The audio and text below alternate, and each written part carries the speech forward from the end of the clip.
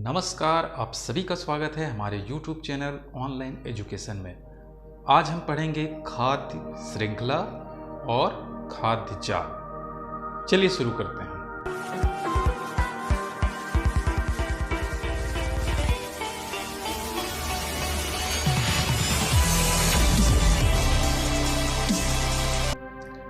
हमारे पूरे पृथ्वी में जीवधारियों यानी पेड़ पौधों और जीव जंतुओं के ऊर्जा का मुख्य स्रोत सूर्य ही है। सूर्य से ही पेड़ पौधों को अब सभी जंतुओं को भोजन मिलता है। छोटे से छोटे घास से लेकर बड़े से बड़े वृक्ष तक और एक छोटे से छोटे जीव जैसे चींटी से लेकर बड़े से बड़े जीव हाथी तक सभी को भोजन सूर्य की मौजूदगी के कारण ही मिलता है। चलिए समझते हैं। हरे पेड़ पौधे सूर्य की उपस्थिति में प्रकाश संश्लेषण की क्रिया के द्वारा अपने शरीर में भोजन का निर्माण करते हैं। शाकाहारी जीव पेड़ पौधों को खाते हैं, तो पेड़ पौधों के द्वारा बनाया गया भोजन शाकाहारी जंतुओं को मिलता है। अब शाकाहारी जंतुओं को मांसाहारी जीव खाते हैं, तो जो घास ने सूर्य के उपस्थिति में सूर्य के प्रकाश से अपना भोजन बनाया था वो किसको मिलता है? पहले शाकाहारी को, और शाकाहारी से मांसाहारी को, और फिर मांसाहारी से और बड़े जीवों को वो भोजन प्राप्त होता है। तो उदाहरण के लिए हम देखें, जैसे घास है, घास को खाता है टिड्डा। तो सूर्य के द्वारा पहले घास ने भोजन बनाया, अपना भोजन बनाया, और फिर वो ऊर्जा किस में चला गया? टिड्डे में। टिड्डा को खाया मेढक ने,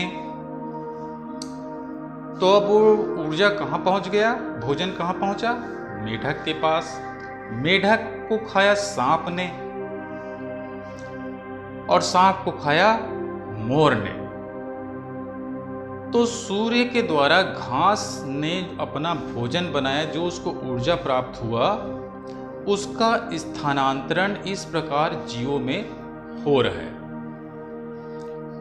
तो ऊर्जा के किसी पर्यावरण में ऊर्जा के इस प्रकार के स्थानांतरण की श्रृंखला को ही खाद्य श्रृंखला कहते हैं। या हमारे पर्यावरण में जीवों में भोजन के इस क्रमबद्ध श्रृंखला को ही खाद्य श्रृंखला कहते हैं। खाद्य श्रृंखला की शुरुआत हमेशा हरे पेड़ पौधों से ही आरंभ होती है।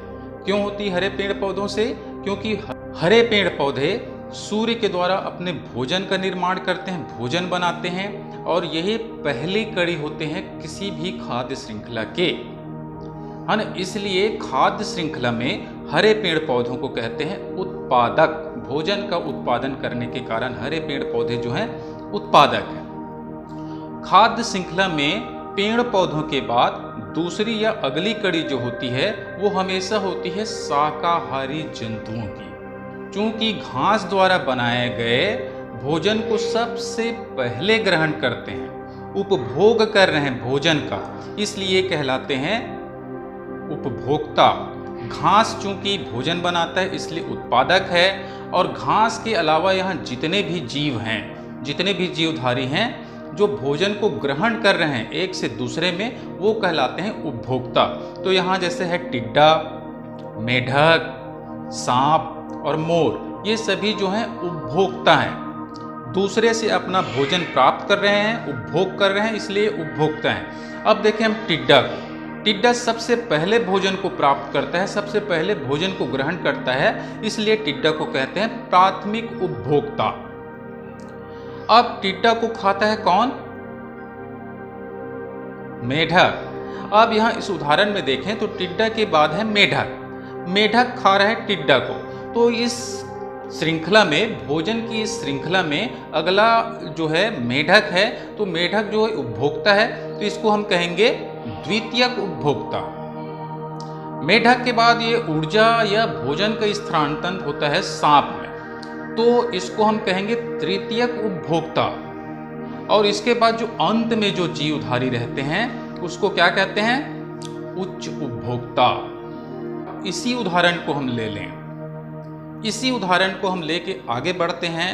क्या घास को हमेशा टिड्डा ही खाएगा? नहीं, घास को बकरी भी खा सकता है, घास को गाय भी खा सकता है, घास को भैंस भी खा सकता है, घास को हिरन भी खा सकता है, घास को खरगोश भी खा सकता है। ये जरूरी नहीं कि हमेशा वो टिड्डा ही खाएगा। अब टिड्डा को क्या हमेशा वो मेढक ही खाएगा?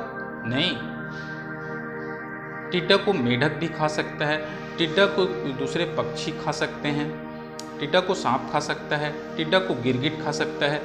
तो ये जो जीवधारी हैं वो बहुत सारे दूसरे खाद्य श्रृंखला में भी जुड़े होते हैं और इस प्रकार एक जाल बना लेते हैं जिसको कहते हैं खाद्य जाल। अब देखें काई, खाद्य जाल का उदाहरण देखते हैं।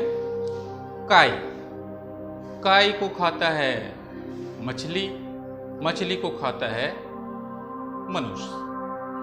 काई को खाता है छोटे कीड़े, छोटे कीड़ों को खाते हैं मेढक, मेढक को खाता है सांप, सांप को खाता है मोर।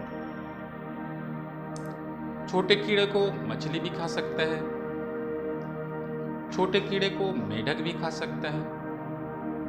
तो इस प्रकार बहुत सारे जो जीव हैं वो सभी अलग अलग खाद्य श्रृंखला में जुड़े होते हैं और उसी से मिलकर हमारा बनता है खाद्य जाल।